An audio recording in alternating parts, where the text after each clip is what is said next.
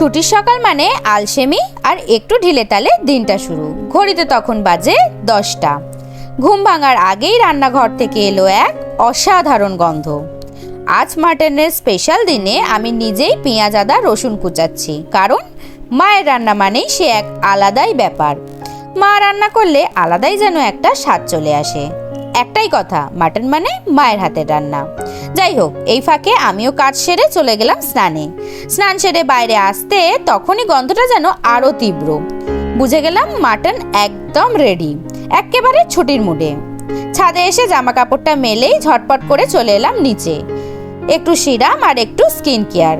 নিজের যত্ন নেওয়াটাও তো ছুটির দিনের একটা অংশ, কি তাই না? অবশেষে দুপুরের রাজা এসে হাজির, গরম ভাতে মায়ের হাতের মাটন। বাকি পৃথিবীটা তখন যেন অনুপস্থিত। আর এমন ছুটির দিন কে না ভালোবাসে? যদি তোমরাও ভালোবাসো কমেন্টে জানিয়ে দিও। আর সাবস্ক্রাইবটা থাকবেই বা না কেন?